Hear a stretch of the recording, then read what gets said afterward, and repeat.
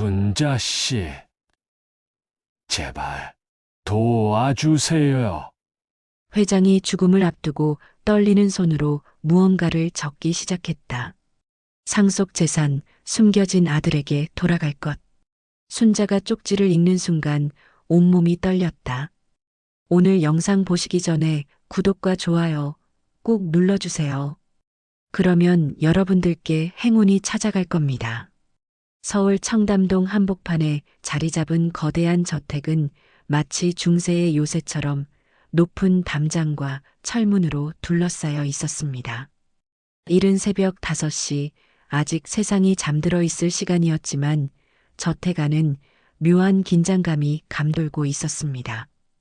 가을바람이 정원의 은행나무 잎을 흔들어댔고 노란 잎들이 하나둘씩 떨어져 바닥에 쌓여갔습니다.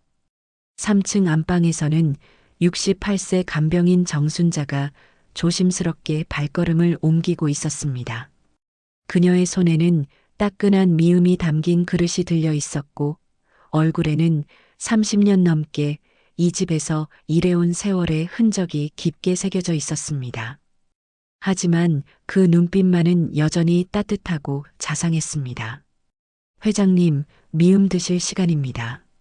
순자는 부드러운 목소리로 말하며 침대 가까이 다가갔습니다. 75세 한기호 회장은 야윈 얼굴로 천장을 바라보고 있었습니다. 한때 대한민국 재계를 호령했던 그 위엄은 온데간데 없이 사라지고 이제는 앙상한 손만이 하얀 이불 위에 힘없이 놓여 있었습니다. 깊게 패인 눈자리와 움푹 들어간 볼이 그의 시한부 인생을 말해주고 있었습니다.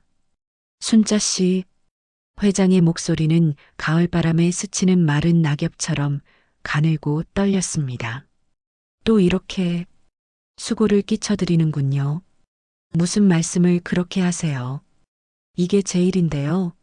순자는 미음 그릇을 침대 옆 탁자에 놓고 회장의 상체를 조심스럽게 일으켜 세웠습니다. 천천히 일어나세요. 급할 것 없어요. 회장의 등 뒤로 베개를 받쳐주며 순자는 그동안 함께해온 세월을 떠올렸습니다. 처음 이 집에 왔을 때 그녀는 35이었고 회장은 42살에 한창 혈기왕성한 사업가였습니다. 그때는 이렇게 쇠약해질 줄 꿈에도 몰랐습니다. 입 벌려보세요. 순자가 숟가락에 미음을 떠서 회장의 입가에 조심스럽게 가져다 댔습니다. 회장은 간신히 입을 벌려 미음을 받아 먹었습니다. 삼키는 것도 힘들어 보였지만 순자의 정성이 담긴 음식을 남기고 싶지 않다는 듯 천천히 삼켰습니다.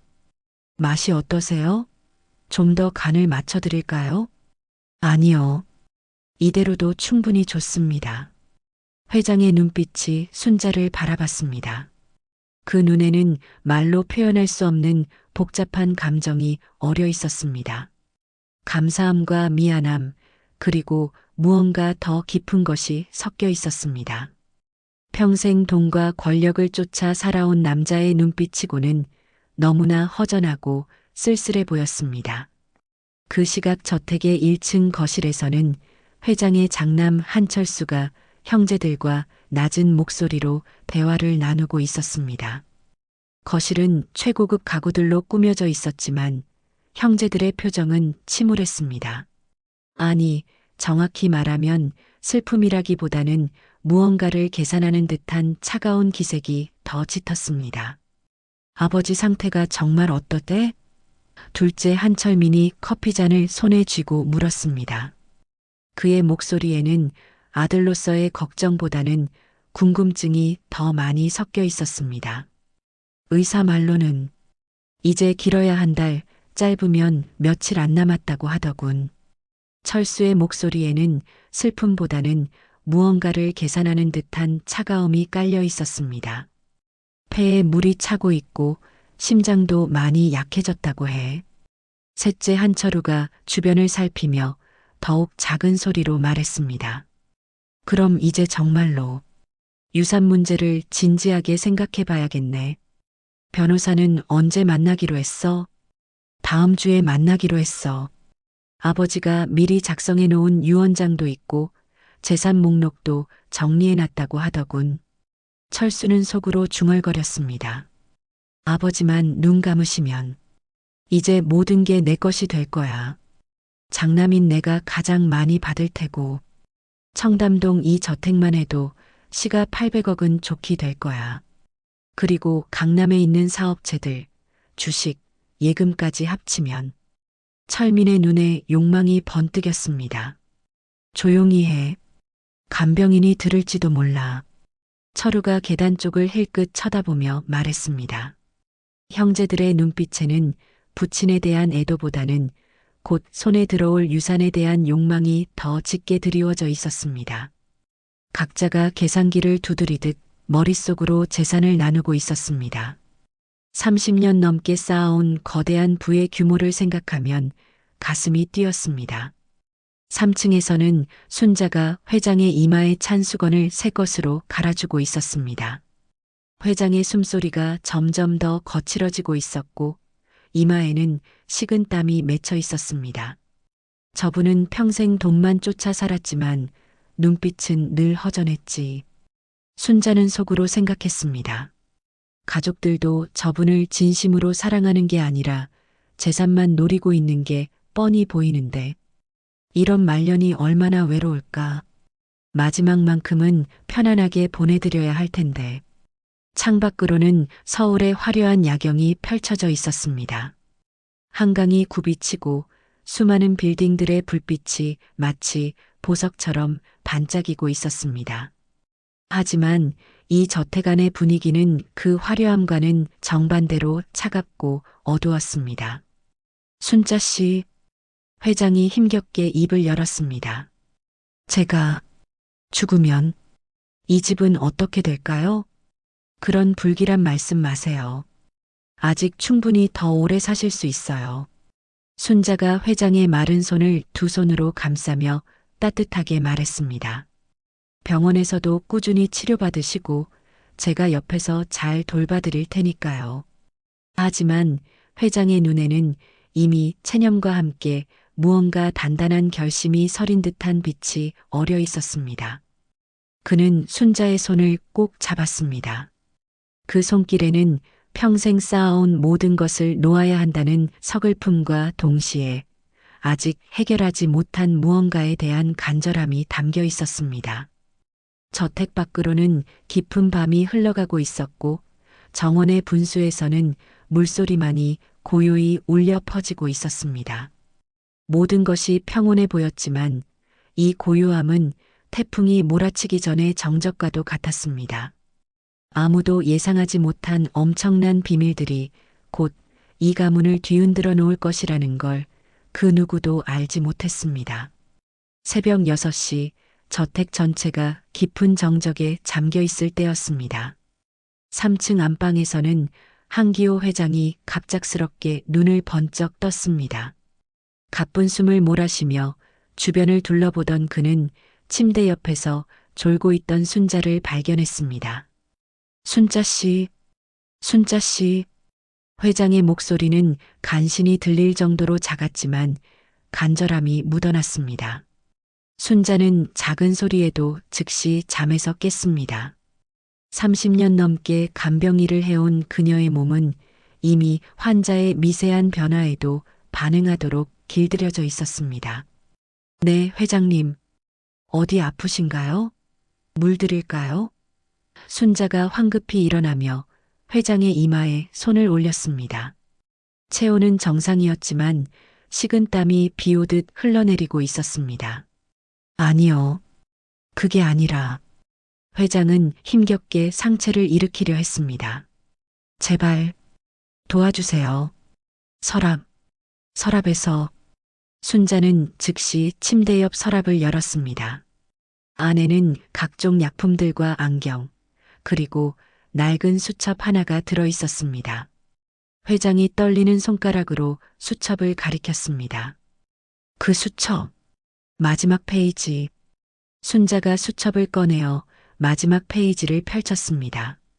거기에는 회장의 떨리는 손글씨로 무언가가 적혀 있었습니다. 하지만 글씨가 너무 흐려서 읽기가 어려웠습니다. 이게 뭔가요? 순자가 수첩을 회장에게 가까이 가져다 주었습니다. 회장은 안간힘을 써서 일어나 앉았습니다. 그의 얼굴에는 평소와는 다른 절박함이 어려 있었습니다. 죽음을 앞둔 사람이 마지막으로 해야 할 일이 있다는 듯한 표정이었습니다.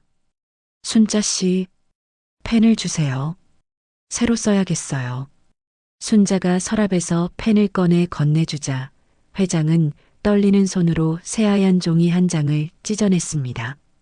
그리고 천천히 한 글자 한 글자 정성스럽게 무언가를 적기 시작했습니다.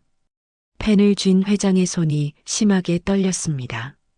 평생 수많은 계약서에 서명해온 그 손이 이제는 몇 글자 쓰는 것도 버거워 보였습니다. 순자는 회장의 등 뒤에서 조심스럽게 지켜보고 있었습니다. 다 썼습니다. 회장이 헉헉거리며 펜을 내려놓았습니다. 몇 줄 쓰는 것만으로도 진이 빠진 듯 보였습니다. 순자가 종이를 받아 들여다보았습니다. 거기에는 떨리는 글씨체로 한 줄이 또렷하게 적혀 있었습니다. 상속 재산 숨겨진 아들에게 돌아갈 것. 순자의 눈이 동그랗게 커졌습니다. 종이를 다시 한번 자세히 들여다봤지만 글귀는 분명했습니다. 숨겨진 아들이라니 이게 대체 무슨 의미인지 도무지 이해할 수 없었습니다. 회장님, 이게 무슨 뜻인가요? 순자의 목소리가 떨렸습니다. 숨겨진 아들이라니. 회장은 깊은 한숨을 내쉬며 천장을 바라봤습니다. 그의 눈에는 지난 세월의 무게가 고스란히 담겨 있었습니다. 순자 씨, 제가 지금까지 숨겨온 것이 있습니다. 회장의 목소리는 고백하는 사람의 것처럼 무거웠습니다. 아무도 모르는 제 아들이 있어요. 순자는 충격에 휩싸여 말을 잇지 못했습니다. 30년 넘게 이 집에서 일하면서 그런 이야기는 단 한 번도 들어본 적이 없었습니다. 회장에게는 알려진 자녀가 3명뿐이었는데 숨겨진 아들이 있다는 것은 상상조차 할 수 없었습니다. 그런 일이. 순자는 종이를 다시 들여다보며 중얼거렸습니다. 그럼 그분은 지금 어디에? 그 사람이 누군지 순자 씨가 더 잘 아실 겁니다. 회장이 의미심장한 눈빛으로 순자를 바라봤습니다. 순자는 가슴이 덜컥 내려앉는 것을 느꼈습니다. 회장의 말이 무슨 의미인지 알 것 같으면서도 차마 믿고 싶지 않았습니다. 설마 그럴 리가 없다는 생각과 함께 머릿속이 복잡해졌습니다. 이 종이를 꼭 전해주세요. 회장이 순자의 손을 잡으며 간곡하게 말했습니다. 제가 죽으면 변호사가 유언장을 읽을 때 그때 이 종이를 꺼내서 모든 사람들 앞에서 읽어주세요. 하지만 회장님, 이런 일이 알려지면 순자는 걱정스러운 표정을 지었습니다. 아드님들이 얼마나 충격을 받으시겠어요. 그래야 합니다. 회장의 목소리에는 단호함이 섞여 있었습니다. 평생 숨겨왔지만 이제는 진실을 말해야 할 때입니다. 그 아이에게는 아버지로서 해줄 수 있는 마지막 일이에요. 순자는 종이를 조심스럽게 접어서 자신의 가슴팍에 품었습니다. 종이가 닿은 부분이 뜨겁게 달아올랐습니다. 이 작은 종이 한 장이 얼마나 큰 파장을 일으킬지 생각하니 온몸이 떨렸습니다. 약속해 주세요. 회장이 간절한 눈빛으로 순자를 바라봤습니다. 반드시 모든 사람이 듣는 앞에서. 네, 알겠습니다. 순자는 무거운 마음으로 고개를 끄덕였습니다. 그 순간 아래층에서 발소리가 들려왔습니다. 회장의 자녀들이 오르는 소리였습니다. 순자는 재빨리 종이를 치마 주머니 깊숙이 감춰 넣었습니다. 아버지, 안녕히 주무셨어요? 장남 철수가 문을 열고 들어왔습니다. 뒤따라 철민과 철우도 들어왔습니다. 네, 괜찮습니다. 회장은 평소처럼 담담한 표정을 지으려 애썼습니다. 하지만 순자는 회장의 진짜 마음을 알고 있었습니다. 그 종이에 담긴 비밀의 무게를, 그리고 곧 이 가문에 일어날 엄청난 변화를 말입니다. 철수는 아버지의 상태를 살피며 말했습니다. 오늘 의사 선생님이 오시기로 했어요. 컨디션이 어떠신지 확인해 보시겠대요. 고맙습니다. 회장이 고개를 끄덕였습니다. 순자는 가슴팍에 종이를 만지며 생각했습니다. 회장님께 그런 아이가 있었다니. 게다가 그 아이가 대체 누구일까? 설마 내가 아는 사람일까? 저택 밖으로는 새벽해가 떠오르고 있었습니다. 하지만 이 집 안에는 곧 거대한 폭풍이 몰아칠 것이라는 걸 아무도 예상하지 못했습니다. 작은 종이 한 장이 이 가문의 모든 것을 바꿀 것이라는 것을 말입니다. 한기호 회장이 세상을 떠난 지 사흘이 지났습니다. 서울 시내 한복판에 위치한 대형 장례식장은 조문객들로 북적였습니다. 하지만 그 분주함 속에서도 묘한 긴장감이 흐르고 있었습니다. 회장의 자녀들은 모두 검은 상복을 입고 있었지만 그들의 얼굴에는 슬픔보다는 다른 감정들이 더 짙게 드리워져 있었습니다. 정말 많은 분들이 와주셨네요. 장남 철수가 동생들에게 속삭였습니다. 그의 목소리에는 아버지를 잃은 슬픔보다는 앞으로 펼쳐질 일들에 대한 기대감이 더 많이 섞여 있었습니다. 당연하지. 아버지가 얼마나 큰 사업가였는데. 둘째 철민이 주변을 둘러보며 대답했습니다. 저기 보이는 사람들만 해도 제게 인사드리잖아. 셋째 철우는 시계를 힐끗 보며 말했습니다. 변호사 선생님은 언제 오신다고 했지? 유언장 낭독은 오늘 오후에 하기로 했는데. 형제들의 대화를 들으며 순자는 마음이 무거웠습니다. 그녀는 상주석 한쪽에서 조용히 서 있었지만 가슴팍에 품고 있는 그 종이 때문에 온몸이 긴장되어 있었습니다. 회장이 마지막에 건넨 그 쪽지가 얼마나 큰 파장을 일으킬지 생각하니 숨이 막혔습니다. 순자 이모님, 고생 많으셨어요. 철수의 부인이 다가와서 말했습니다.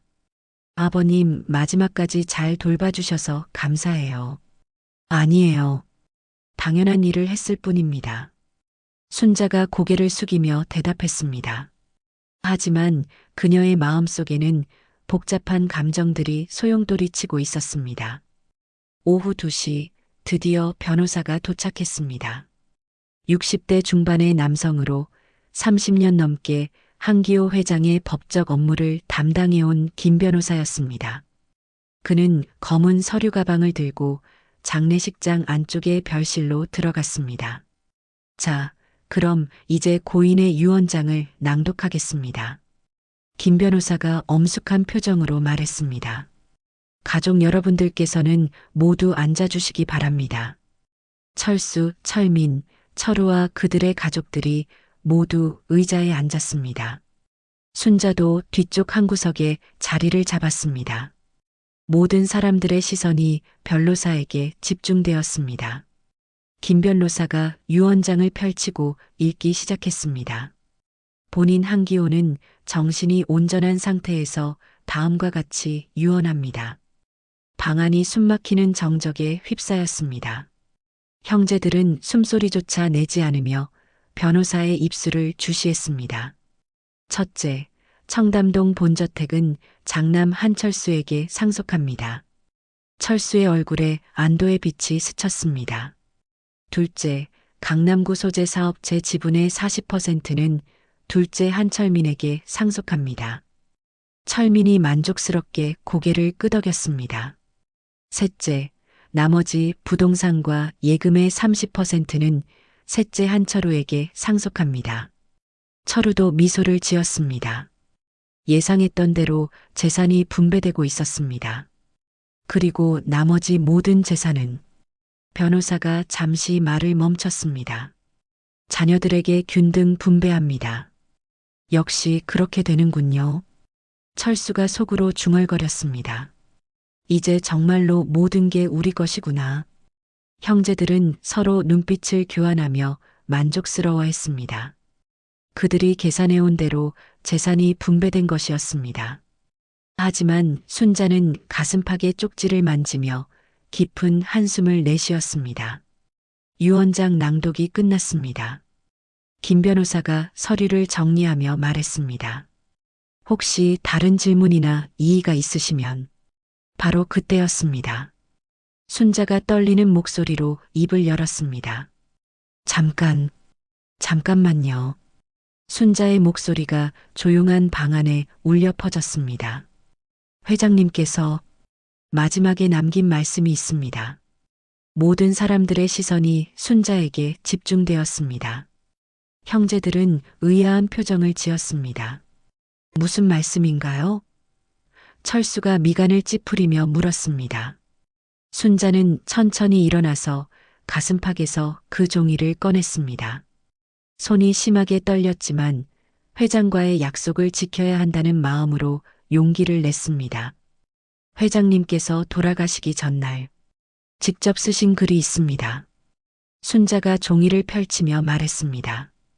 그게 뭔데요? 철민이 짜증스럽게 물었습니다. 설마 유언장을 바꾸신다는 건 아니겠죠? 순자는 떨리는 목소리로 종이에 적힌 글귀를 읽기 시작했습니다. 상속 재산, 숨겨진 아들에게 돌아갈 것. 방안이 순간 얼어붙었습니다. 모든 사람들이 순자를 멍하니 바라보고 있었습니다. 뭐라고요? 철수가 벌떡 일어나며 소리쳤습니다. 숨겨진 아들이라니 그게 무슨 소리입니까? 이상한 소리 하지 마세요. 철민도 흥분하며 소리쳤습니다. 아버지께 다른 자식이 있다는 건가요? 철우는 얼굴이 새하얗게 질리며 말했습니다. 그럴 리가 없어요. 우리가 아버지의 유일한 자녀인데. 순자는 더욱 떨리는 목소리로 말했습니다. 회장님께서 직접 쓰신 글입니다. 저도 깜짝 놀랐지만 가짜입니다. 철수가 화를 내며 소리쳤습니다. 필적 감정을 받아봐야 해요. 김 변호사도 당황한 표정을 지으며 말했습니다. 이런 일은 처음 겪어보는데요. 정말 회장님이 직접 쓰신 건가요? 바로 그 순간 장례식장 문이 열리며 낯선 남성이 들어왔습니다. 40대 중반 정도로 보이는 그 남성은 검은 양복을 입고 있었지만 가족들과는 달리 조문객처럼 보였습니다. 하지만 그가 고개를 들어 회장의 영정을 바라보는 순간 방 안의 모든 사람들이 깜짝 놀랐습니다. 그의 눈빛과 이마의 형태가 한기호 회장과 너무나 닮아 있었던 것입니다. 저 사람은 누구죠? 철우가 떨리는 목소리로 물었습니다. 낯선 남성은 조용히 영정 앞에 절을 올린 후 천천히 뒤돌아 가족들을 바라봤습니다. 그의 눈에는 복잡한 감정이 섞여 있었습니다. 안녕하세요. 그가 차분한 목소리로 말했습니다. 늦게나마 인사드립니다. 당신 누구십니까? 철수가 경계하는 눈빛으로 물었습니다. 그 남성은 잠시 망설이다가 입을 열었습니다. 저는 아마 여러분들이 모르실 겁니다. 하지만 순자는 그 남성을 보는 순간 가슴이 덜컥 내려앉았습니다. 무언가 예감이 들었지만 차마 믿고 싶지 않았습니다. 하지만 저도 압니다. 그 남성이 계속해서 말했습니다. 방금 전에 말씀하신 그 이야기를. 왜냐하면 방 안의 모든 사람들이 숨을 죽이고 그의 다음 말을 기다렸습니다. 제가 바로 그 숨겨진 아들이니까요. 순간 장례식장은 완전히 얼어붙었습니다. 장례식장 안은 마치 시간이 멈춘 듯 고요했습니다. 모든 사람들이 방금 전 들은 말을 믿을 수 없다는 표정으로 그 낯선 남성을 바라보고 있었습니다. 40대 중반의 그 남성은 침착하게 서 있었지만 그의 눈빛에는 오랫동안 감춰왔던 진실을 드러내는 사람만이 가질 수 있는 무거운 결연함이 담겨 있었습니다. 말도 안 되는 소리야. 장남 철수가 벌떡 일어서며 소리쳤습니다. 그의 얼굴은 분노로 인해 새빨갛게 달아올라 있었습니다. 당신이 우리 아버지의 아들이라고?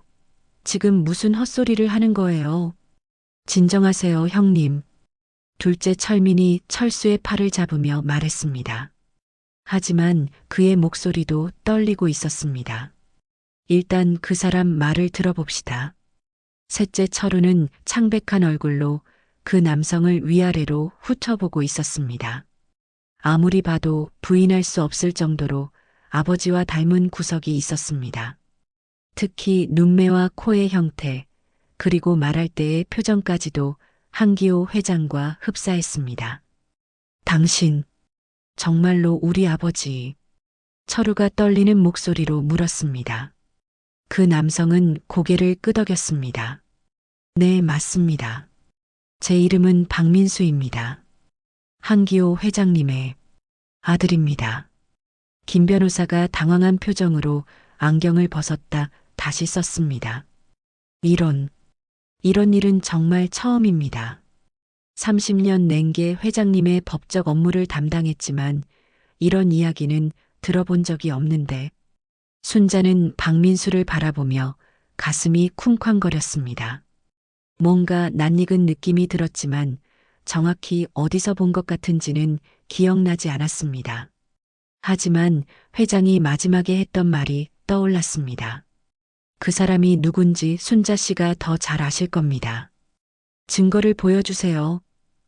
철수가 다시 소리쳤습니다. 말만으로는 누구든지 할 수 있어요. 진짜 우리 아버지 아들이라면 증거가 있어야죠. 박민수는 조용히 내 주머니에서 낡은 지갑을 꺼냈습니다. 그리고 그 안에서 오래된 출생증명서와 함께 낡은 사진 한 장을 빼내어 모든 사람들에게 보여주었습니다. 이것은 제 출생증명서입니다. 박민수가 서류를 펼쳐 보이며 말했습니다. 그리고 이것은 사진을 보는 순간 순자의 얼굴이 새하얗게 질렸습니다. 사진 속에는 젊은 시절의 자신이 갓난아기를 안고 있는 모습이 담겨 있었습니다. 그리고 옆에는 젊은 한기호 회장이 서 있었습니다. 이건 순자가 사진을 보며 입을 다물지 못했습니다. 박민수가 순자를 바라보며 조용히 말했습니다. 순자 씨, 아니 어머니. 방 안의 모든 사람들이 순자와 박민수를 번갈아 보며 충격에 휩싸였습니다. 어머니라고? 철민이 믿을 수 없다는 표정으로 소리쳤습니다. 그럼 순자 이모님이 민수 씨. 네, 맞습니다. 박민수가 차분하게 대답했습니다. 순자 씨는 제 생모입니다. 순자의 다리에 힘이 빠져 의자에 주저앉았습니다. 오랫동안 마음속 깊이 묻어둔 기억들이 하나씩 되살아나고 있었습니다.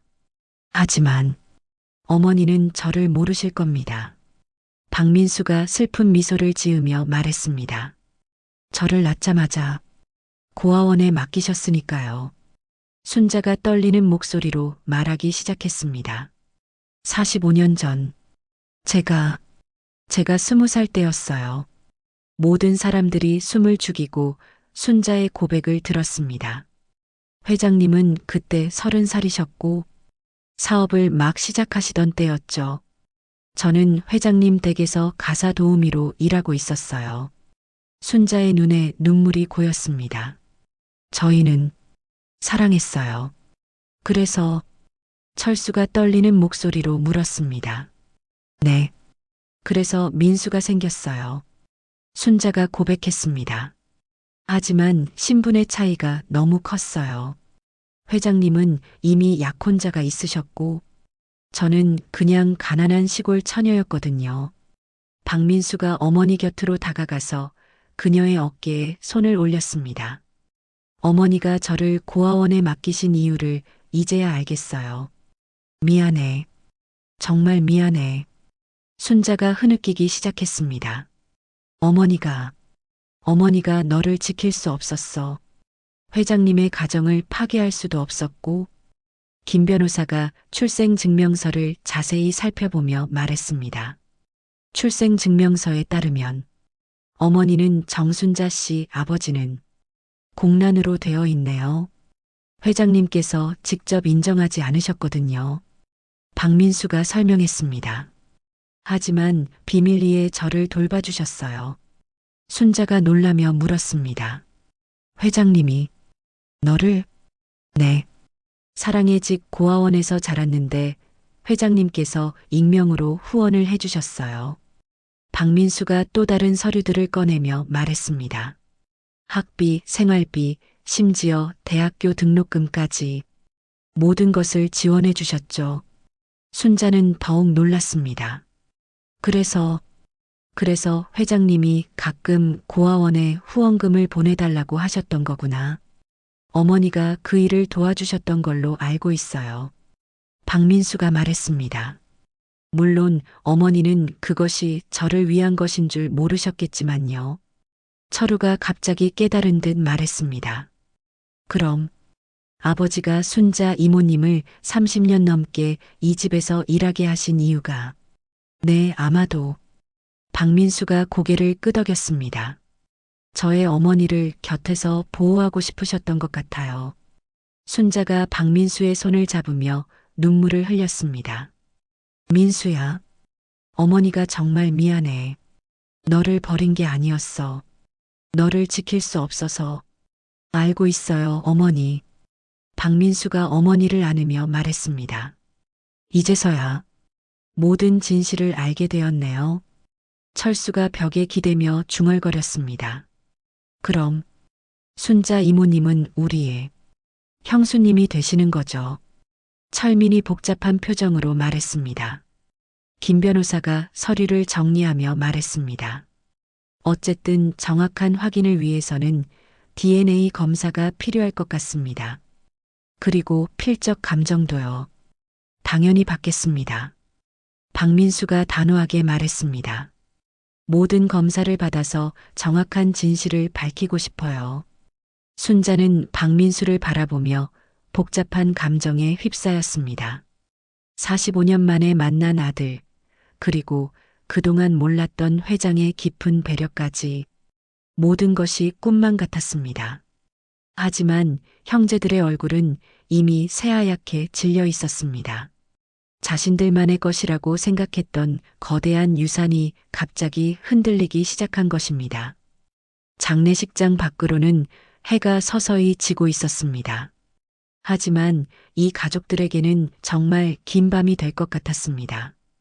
일주일 후 서울 시내 유명 유전자 검사센터에서 결과가 나왔습니다. 김 변호사는 긴장된 표정으로 봉투를 들고 있었고 한기호 회장의 가족들과 박민수 그리고 순자가 모두 한자리에 모여 있었습니다. 장례식장에서의 그 충격적인 고백 이후 모든 사람들이 이 순간을 기다려왔습니다. 검사 결과를 발표하겠습니다. 김 변호사가 엄숙한 목소리로 말했습니다. 방 안의 모든 사람들이 숨을 죽이고 있었습니다. 먼저 필적 감정 결과입니다. 김 변호사가 첫 번째 서류를 펼쳤습니다. 순자 씨가 가져온 쪽지와 박민수 씨가 받은 편지 모두 한기호 회장님의 친필로 확인되었습니다. 장남 철수의 얼굴이 일그러졌습니다. 그럴 리가. 정말 아버지가 직접 쓰신 거라고요? 99.8%의 정확도로 확인되었습니다. 김 변호사가 단호하게 대답했습니다. 이제 가장 중요한 순간이었습니다. 김 변호사가 두 번째 봉투를 열었습니다. 그리고 DNA 검사 결과입니다. 김 변호사가 잠시 말을 멈췄습니다. 박민수 씨와 한기호 회장님 사이의 부자 관계는 99.99% 확실합니다. 방안이 순간 정적에 휩싸였습니다. 철수는 의자에 주저앉았고 철민과 철우는 서로를 바라보며 믿을 수 없다는 표정을 지었습니다. 또한 김 변호사가 계속해서 말했습니다. 순자 씨와 박민수 씨 사이의 모자 관계도 확인되었습니다. 순자가 눈물을 흘리며 박민수의 손을 꼭 잡았습니다. 민수야, 정말로 내 아들이구나. 내 어머니. 박민수도 감격에 겨워 말했습니다. 하지만 놀라운 일은 거기서 끝나지 않았습니다. 김 변호사가 세 번째 봉투를 꺼내 들었습니다. 사실, 한 가지 더 놀라운 결과가 있습니다. 김 변호사의 목소리에 당혹감이 섞여 있었습니다. 둘째 며느리인 이미경 씨께서 자발적으로 검사를 요청하셨는데 모든 사람들의 시선이 철민의 부인 미경에게 집중되었습니다. 그녀는 창백한 얼굴로 바닥을 내려다보고 있었습니다. 무슨 검사를 요청했다는 거야? 철민이 아내를 바라보며 물었습니다. 미경이 떨리는 목소리로 입을 열었습니다. 여보, 미안해. 사실 나도 고백할 게 있어. 고백할 게? 철민의 목소리가 높아졌습니다. 김 변호사가 서류를 보며 말했습니다. 이미경 씨와 박민수 씨 사이에 과거 관계가 있었다는 것이 확인되었습니다. 박민수가 놀란 표정으로 미경을 바라봤습니다. 미경 씨, 당신이. 미경이 고개를 들어 박민수를 바라봤습니다.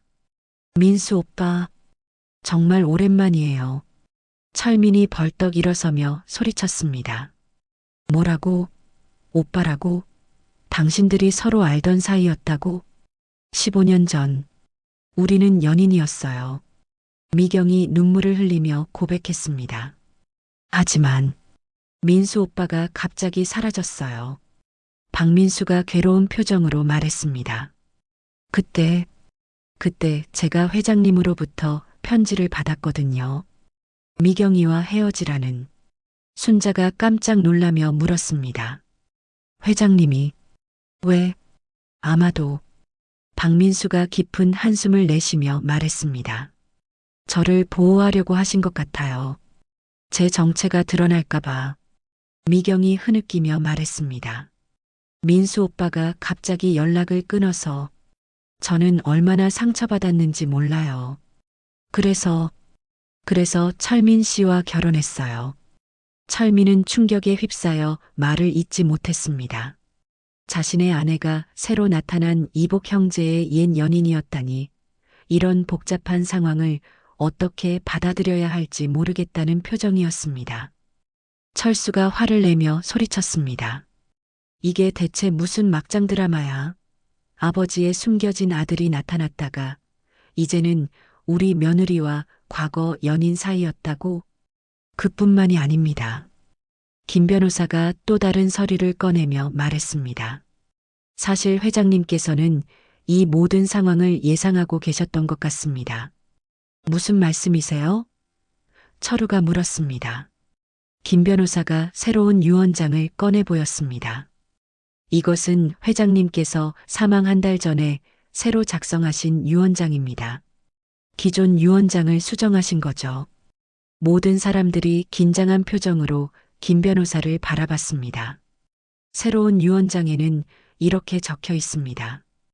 김 변호사가 읽기 시작했습니다. 만약 나의 숨겨진 아들이 나타난다면 전체 재산의 절반을 그에게 상속한다. 절반이라고? 철수가 벌떡 일어서며 소리쳤습니다. 그럼 우리는 나머지 절반을 기존 자녀들이 나누어 가지게 됩니다. 김 변호사가 계속 설명했습니다. 박민수가 고개를 저으며 말했습니다. 저는 그렇게 많은 재산을 원하지 않습니다. 하지만 법적으로는 당신의 권리입니다. 김 변호사가 말했습니다. 미경이 갑자기 입을 열었습니다. 사실 저도 회장님으로부터 편지를 받았어요. 편지를? 철민이 놀라며 물었습니다. 미경이 가방에서 편지를 꺼내며 말했습니다. 한 달 전에 회장님께서 직접 편지를 보내주셨어요. 편지에는 이렇게 적혀 있었습니다. 미경아, 곧 진실이 드러날 것이다. 민수와 다시 만나게 될 텐데 그때 너의 마음을 정직하게 따르거라. 과거의 사랑을 포기할 필요는 없다. 철민이 편지를 보며 분노했습니다. 아버지가 우리 부부를 갈라놓으려고 하신 거야? 아니에요. 순자가 조용히 말했습니다. 회장님은 모든 사람이 진실 속에서 행복하게 살기를 원하셨을 거예요. 박민수가 미경을 바라보며 말했습니다. 미경아, 15년 전에 내가 갑자기 사라져서 미안했어. 민수 오빠. 미경이 눈물을 흘리며 말했습니다. 철민이 두 사람을 번갈아 보며 괴로워했습니다. 그럼 우리 결혼은 뭐가 되는 거야? 김 변호사가 마지막 봉투를 열며 말했습니다. 사실 회장님께서는 이런 상황까지 예상하고 계셨습니다. 또 뭔가 있다는 건가요? 철우가 지친 목소리로 물었습니다. 회장님께서는 유언장에 이런 조항도 넣어두셨습니다. 김 변호사가 읽어 내려갔습니다. 가족들이 진정한 화해를 이루고 모든 사람이 자신의 행복을 찾을 수 있도록 1년의 시간을 주겠다. 그 기간 동안 재산 분배는 보류한다. DNA 검사 결과 발표로부터 한 달이 지난 어느 날 청담동 저택의 분위기는 그 어느 때보다 차갑고 어색했습니다. 각자의 방에 틀어박혀 지내던 가족들이 드디어 한자리에 모였습니다. 거실에는 묵직한 침묵이 흘렸지만 그 침묵 속에는 수많은 감정들이 소용돌이치고 있었습니다. 장남 철수는 창가에 서서 정원을 바라보고 있었습니다. 한 달 전까지만 해도 자신의 것이라고 확신했던 이 모든 것들이 이제는 흔들리고 있었습니다. 그의 마음속에는 분노와 배신감이 뒤섞여 있었습니다. 형님, 셋째 철우가 조심스럽게 입을 열었습니다. 우리 이대로는 안 되겠어요. 뭔가 결정을 내려야 해요. 철수가 뒤돌아보며 냉소적인 웃음을 지었습니다. 결정이라. 뭘 결정하겠어? 아버지가 이미 다 정해놓으신 걸. 둘째 철민은 소파에 앉아 머리를 감싸고 있었습니다. 아내 미경과의 관계는 한 달 내내 냉랭했고 집안 분위기는 더욱 악화되어만 갔습니다. 여보, 미경이 조심스럽게 철민에게 다가갔습니다. 우리 이야기 좀 해야 하지 않을까? 철민이 고개를 들어 아내를 바라봤습니다. 뭘 더 이야기해? 당신이 내 형. 아니, 이복형과 과거에 연인 사이였다는 것 말고 또 숨긴 게 있나? 미경의 눈에 눈물이 고였습니다. 나도 힘들어. 15년 전 일이 이렇게 다시 떠오를 줄 몰랐어. 하지만 그건 정말 과거야. 지금은 당신과 우리 가정이 소중해. 바로 그때 현관문이 열리며 박민수와 순자가 들어왔습니다. 김 변호사가 모든 가족들을 불러 모으라고 했기 때문입니다. 안녕하세요. 박민수가 정중하게 인사했지만 형제들의 반응은 차가웠습니다. 순자는 어색한 분위기를 느끼며 조용히 한쪽 구석에 자리를 잡았습니다. 한 달 전 아들을 다시 만난 기쁨도 잠시 이 복잡한 가족 상황 때문에 마음이 무거웠습니다. 김 변호사님이 오시기 전에 박민수가 조심스럽게 말을 꺼냈습니다. 제가 먼저 말씀드리고 싶은 게 있어요. 또 무슨 폭탄 선언이야? 철수가 비꼬듯 말했습니다. 박민수가 깊은 숨을 들이쉬며 말했습니다. 저는 유산 상속을 받지 않겠습니다. 방 안의 모든 사람들이 놀라며 박민수를 바라봤습니다. 포기한다고? 철민이 믿을 수 없다는 표정으로 물었습니다. 네. 전체 재산의 절반이라는 게 제게는 너무 큰 부담이에요. 박민수가 진솔하게 말했습니다. 저는 단지 아버지의 아들로 인정받고 싶었을 뿐이거든요. 그 목적은 이미 달성되었어요.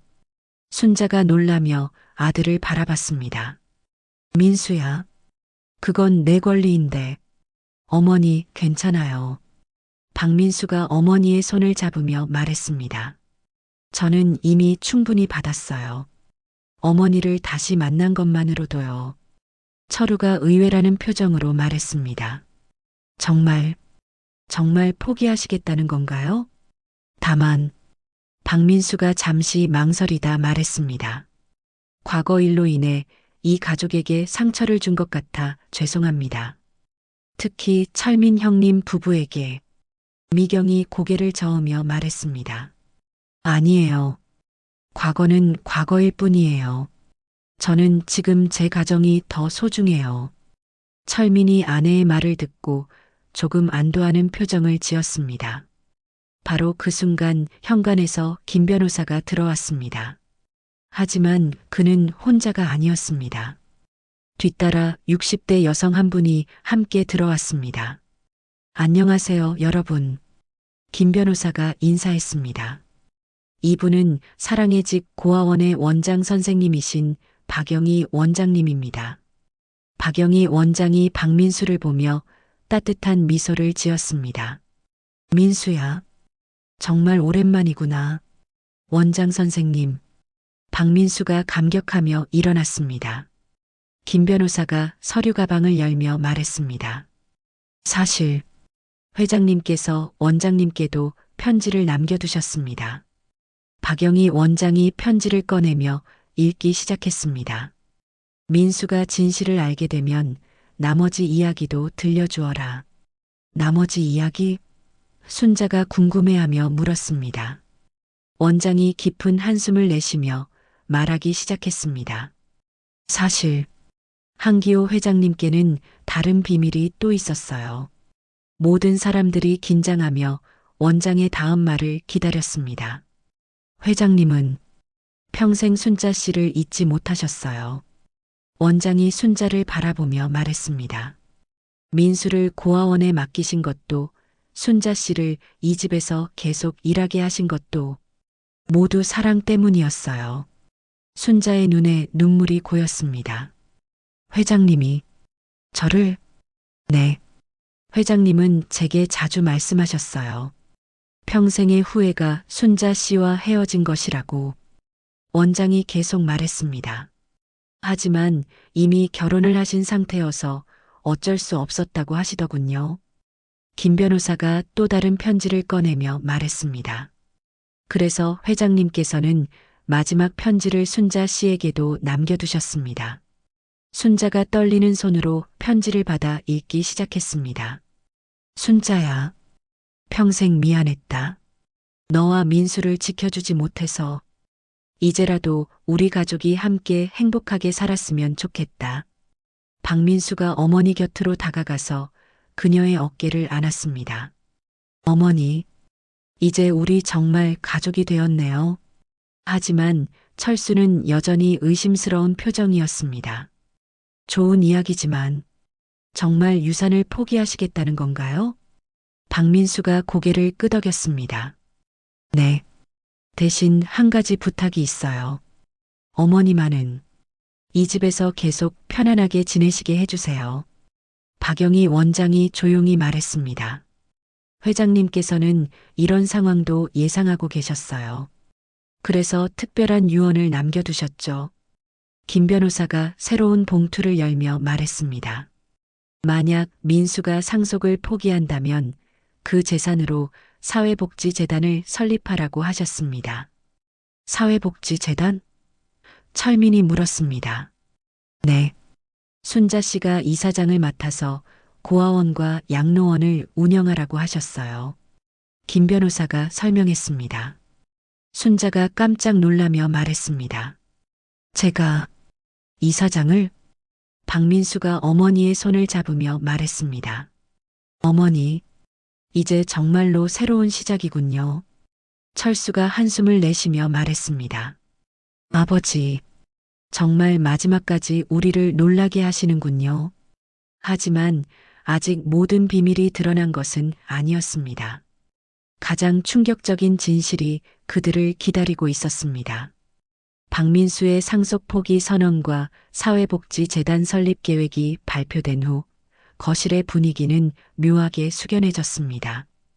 형제들은 각자 복잡한 심경으로 침묵에 잠겨 있었습니다. 하지만 김 변호사와 박영희 원장의 표정을 보니 아직 이야기가 끝나지 않은 것 같았습니다. 사실 김 변호사가 마지막 봉투를 꺼내며 조심스럽게 말했습니다. 회장님께서는 박민수 씨가 상속을 포기할 경우를 대비해서 별도의 유언을 남겨두셨습니다. 모든 사람들이 긴장한 표정으로 김 변호사를 바라봤습니다. 지금까지도 충분히 많은 반전이 있었는데 또 무엇이 숨겨져 있다는 것일까요? 장남 철수가 피곤한 목소리로 물었습니다. 또 무슨 내용이 있다는 거예요? 김 변호사가 봉인된 편지를 모든 사람에게 보여주며 말했습니다. 이 편지는 박민수 씨가 상속을 포기한 후에 열어보라고 하셨습니다. 박영희 원장이 고개를 끄덕이며 말했습니다. 회장님께서는 민수가 욕심 없이 진심으로 가족을 생각할 것이라고 확신하고 계셨어요. 순자가 아들을 바라보며 자랑스러운 표정을 지었습니다. 민수가 정말 착한 아이로 자랐구나. 김 변호사가 편지를 조심스럽게 열어 읽기 시작했습니다. 민수야, 내가 이 편지를 듣고 있다면 너는 상속을 포기했을 것이다. 박민수가 놀라며 편지에 집중했습니다. 나는 내가 그렇게 할 줄 알았다. 하지만 아버지로서 너에게 줄 수 있는 진짜 선물이 있다. 김 변호사가 계속 읽었습니다. 사실 나에게는 또 다른 비밀 재산이 있다. 지금까지 공개된 것의 2배에 달하는 금액이다. 방 안의 모든 사람들이 놀라며 서로를 바라봤습니다. 철수가 벌떡 일어서며 물었습니다. 2배라고요? 그럼 얼마나 되는 건가요? 김 변호사가 서류를 꺼내며 설명했습니다. 대략 2조 원 정도 됩니다. 2조 원? 철민이 입을 다물지 못했습니다. 김 변호사가 계속해서 편지를 읽었습니다. 이 돈은 사실 순자를 위해 모아둔 것이다. 순자가 깜짝 놀라며 말했습니다. 저를 위해서요? 30년 넘게 나를 돌봐준 순자에게 주고 싶었지만 내 자식들이 받아들일지 확신이 없었다. 김 변호사가 회장의 진심을 전했습니다. 박민수가 형제들을 바라보며 말했습니다. 형님들, 어머니가 받으셔야 하는 게 맞지 않을까요? 하지만 철수의 표정이 급격히 변했습니다. 잠깐, 순자 이모님이 2조 원을 받는다고요? 순자 씨는 이 집에서 평생을 바쳤어요. 박영희 원장이 변호했습니다. 하지만 철민도 동요하기 시작했습니다. 아무리 그래도 2조 원은 너무 큰 돈 아닌가요? 철우도 불안한 표정으로 말했습니다. 저희는 뭘 받게 되는 건가요? 김 변호사가 편지의 다음 부분을 읽었습니다. 만약 내 자식들이 순자의 몫을 인정하지 않는다면 모든 재산을 사회에 환원하겠다. 순간 형제들의 얼굴이 새하얗게 질렸습니다. 철수가 급하게 말했습니다. 아니에요. 저희가 언제 인정하지 않는다고 했나요? 하지만 이미 그들의 진심은 드러나고 말았습니다. 순자가 슬픈 표정으로 말했습니다. 역시 저는 이 가족에게 남이었군요. 박민수가 어머니의 손을 잡으며 말했습니다. 어머니, 괜찮아요. 김 변호사가 계속해서 편지를 읽었습니다. 순자야, 만약 내 자식들이 너를 진심으로 받아들이지 않는다면 그 돈으로 사회복지재단을 만들어다. 그리고 내 자식들에게는 이렇게 말해라. 진정한 가족은 혈연이 아니라 마음으로 만들어지는 것이라고. 철민이 황급히 말했습니다. 순자 어머님, 저희가 정말로 어머님을 가족으로 생각해요. 하지만 순자는 이미 그들의 진심을 알아차렸습니다. 아니에요. 여러분의 마음은 이해해요. 2조 원은 정말 큰 돈이니까요. 철우가 무릎을 꿇으며 말했습니다. 어머님, 정말 죄송해요. 저희가 너무 욕심을 부렸어요. 순자가 모든 사람들을 바라보며 말했습니다. 회장님의 뜻대로 하겠어요. 모든 재산을 사회복지재단으로 만들어서 어려운 사람들을 도울게요. 박민수가 어머니를 안으며 말했습니다. 어머니, 정말 훌륭한 결정이에요. 김 변호사가 마지막 부분을 읽었습니다. 순자야, 너는 평생 나보다 더 큰 사람이었다. 이제 당당하게 세상에 선한 영향력을 펼쳐라. 철수가 고개를 숙이며 말했습니다. 순자, 어머님, 저희가 정말 부끄럽습니다. 순자가 따뜻한 미소를 지으며 말했습니다. 괜찮아요. 이제 우리 모두 새로운 시작을 하면 돼요. 박영희 원장이 감동하며 말했습니다. 회장님께서 정말 원하셨던 건 이거였어요. 돈보다 사람이 소중하다는 것을 보여주시고 싶으셨던 거예요. 하지만 형제들은 자신들의 욕심 때문에 진정한 가족을 잃어버렸다는 사실을 깨닫고 깊은 후회에 빠져 있었습니다. 철민이 눈물을 흘리며 말했습니다. 저희가 정말 바보였어요. 순자가 모든 사람들을 바라보며 마지막으로 말했습니다. 회장님, 정말 마지막까지 우리에게 소중한 교훈을 주셨네요. 미경이 조용히 말했습니다. 어머님, 앞으로 저희도 재단 일을 도와드릴게요. 정말 죄송해요. 순자가 고개를 끄덕이며 말했습니다. 그래요. 함께 좋은 일을 하면서 진짜 가족이 되어 봅시다. 하지만 모든 사람들의 마음속에는 아직 해결되지 않은 무언가가 남아 있었습니다. 1년 후 서울 외곽에 자리 잡은 한기호 사회복지재단은 이미 지역사회의 희망이 되어 있었습니다. 2조 원이라는 거대한 재산으로 설립된 이 재단은 순자가 이사장을 맡아 운영하고 있었고 박민수가 사무총장으로 함께 일하고 있었습니다. 넓은 부지에는 고아원, 양로원, 그리고 무료 진료소까지 갖춘 종합복지시설이 들어서 있었습니다.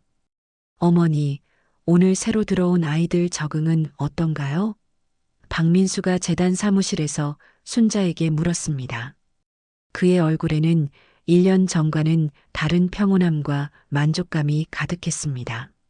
잘 적응하고 있어. 특히 민지가 이제 다른 아이들과 잘 어울려 놀더라.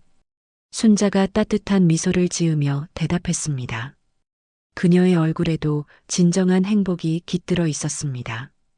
재단 설립 초기에는 모든 것이 혼란스러웠습니다. 거대한 재산을 어떻게 관리할지, 어떤 사업부터 시작할지 막막했습니다. 하지만 박영희 원장의 도움과 박민수의 헌신적인 노력 덕분에 점차 체계를 갖춰나갈 수 있었습니다. 그날 오후 예상치 못한 방문객들이 재단을 찾아왔습니다. 한철수, 한철민, 한철우 형제와 그들의 가족들이었습니다. 1년 동안 서로 연락을 거의 하지 않았던 그들이 갑작스럽게 나타난 것이었습니다. 순자, 어머님, 철수가 고개를 숙이며 인사했습니다. 그의 얼굴에는 1년 전과는 다른 겸손함이 보였습니다. 순자가 놀라면서도 반가운 표정으로 그들을 맞았습니다. 어머, 철수야. 어떻게 다들 함께 오셨어? 저희가 할 말이 있어서 왔어요. 철민이 부끄러운 표정으로 말했습니다. 옆에 있던 미경도 고개를 숙이고 있었습니다. 박민수가 의자를 가져다 놓으며 말했습니다. 앉으세요, 형님들. 차라도 한 잔 드릴까요? 고맙습니다. 철우가 정중하게 대답했습니다. 모든 사람들이 자리에 앉자 철수가 무거운 목소리로 입을 열었습니다. 어머님, 저희가 1년 동안 정말 많이 반성했어요. 처음에는 화가 났어요. 철민이 솔직하게 고백했습니다. 2조 원이라는 돈을 포기하게 되었다는 생각에. 하지만 시간이 지나면서 깨달았어요. 뭘 깨달으셨어요? 순자가 조심스럽게 물었습니다. 철우가 눈물을 글썽이며 말했습니다. 저희가 정말 탐욕스러웠다는 걸요. 돈보다 소중한 걸 놓치고 있었다는 걸 말이에요. 미경도 목소리를 낮춰 말했습니다. 어머님, 저희는 진짜 가족이 뭔지 몰랐어요. 어머님이 30년 넘게 이 가족을 지켜주셨는데 철수가 가방에서 서류 뭉치를 꺼냈습니다. 어머님, 저희가 가진 재산을 모두 기부하려고 해요. 순자와 박민수가 깜짝 놀라며 서류를 바라봤습니다. 청담동 저택, 사업체 지분, 모든 예금까지 다 재단에 기부하겠어요. 철민이 진심을 담아 말했습니다. 박민수가 놀라며 말했습니다. 형님들, 그럴 필요 없어요. 그건 형님들이 받으신 정당한 유산인데. 아니에요. 철우가 고개를 저으며 말했습니다. 저희는 그 돈을 받을 자격이 없어요. 아버지가 정말로 원하셨던 건 우리가 사랑으로 하나 되는 거였는데 저희는 돈만 생각했거든요. 순자가 감동하며 말했습니다. 얘들아, 정말 그렇게 생각하는 거야? 네, 어머님. 철수가 확신에 찬 목소리로 대답했습니다. 대신 저희도 재단 일을 도와드리고 싶어요. 가족으로서요. 미경이 덧붙여 말했습니다. 저는 여성보호시설 운영을 도와드리고 싶어요. 제가 사회복지사 자격증도 있거든요. 철민이 아내의 손을 잡으며 말했습니다. 저는 재단의 재정 관리를 맡겠어요. 그동안 사업을 하면서 쌓은 경험을 좋은 일에 쓰고 싶어요. 철우도 적극적으로 말했습니다. 저는 건설 쪽 일을 해왔으니까 시설 확장이나 보수 공사를 담당하겠어요. 박민수가 형들을 바라보며 감격했습니다. 형님들, 정말 고마워요. 하지만 순자는 조심스럽게 물었습니다. 정말 후회하지 않을 거야? 엄청난 재산을 포기하는 건데. 철수가 미소를 지으며 대답했습니다. 어머님, 저희는 이미 충분히 받았어요. 1년 동안 어머님과 민수 형이 하시는 일을 보면서 진짜 행복이 뭔지 알게 되었거든요. 맞아요. 철민이 고개를 끄덕였습니다. 돈은 쓰면 없어지지만 사람들에게 베푼 사랑은 영원히 남잖아요. 순자가 눈물을 흘리며 모든 사람들을 안았습니다. 얘들아, 정말 고마워. 이제야 우리가 진짜 가족이 된 것 같아. 박민수도 형들과 포옹하며 말했습니다. 이제 함께 아버지가 원하셨던 일을 해나가요. 그날 저녁 모든 가족들이 함께 저녁을 먹으며 앞으로의 계획을 세웠습니다. 재단은 더욱 확장되어 전국 곳곳에 복지시설을 만들어 나갈 예정이었습니다. 아버지께서 정말 기뻐하실 거야. 철우가 한기호 회장의 영정을 바라보며 말했습니다. 그래. 순자가 고개를 끄덕였습니다. 회장님이 마지막에 원하셨던 게 바로 이거였을 거야. 우리가 모두 하나 되어서 세상에 선한 영향력을 펼치는 것 말이야. 철수가 잔을 들어 올리며 말했습니다. 아버지께 건배, 건배. 모든 사람들이 함께 외쳤습니다. 6개월 후 한기호 사회복지재단은 전국 최대 규모의 복지재단으로 성장했습니다. 고아원에서는 200명의 아이들이 밝게 웃으며 자라고 있었고 양로원에서는 300명의 어르신들이 편안한 여생을 보내고 있었습니다. 순자는 매일 아침 한기호 회장의 영정 앞에서 인사를 드렸습니다. 회장님, 오늘도 좋은 하루 시작할게요. 우리 가족들이 모두 하나 되어서 열심히 일하고 있어요. 박민수는 이제 재단의 대표이사가 되어 전국을 돌아다니며 복지 사업을 확장하고 있었습니다. 형제들도 각자의 분야에서 최선을 다하고 있었습니다. 어느 날 저녁 모든 가족이 모인 자리에서 순자가 말했습니다. 회장님이 우리에게 남겨주신 건 돈이 아니라 사랑이었어. 진정한 가족의 의미를 깨닫게 해주신 거야. 박민수가 어머니의 손을 잡으며 말했습니다. 어머니, 이제 우리는 정말 행복하죠? 그래, 민수야. 이보다 더 행복할 수 없을 것 같아. 순자가 환한 미소를 지었습니다. 하늘에서 한기호 회장도 분명 미소를 짓고 있을 것입니다. 그가 평생에 걸쳐 이루고 싶었던 진정한 가족의 모습이 마침내 완성되었으니까요. 여러분, 오늘 이야기 어떠셨나요? 여러분의 생각을 댓글에 적어주세요. 더 많은 이야기를 위하여 구독과 좋아요 꼭 부탁드립니다.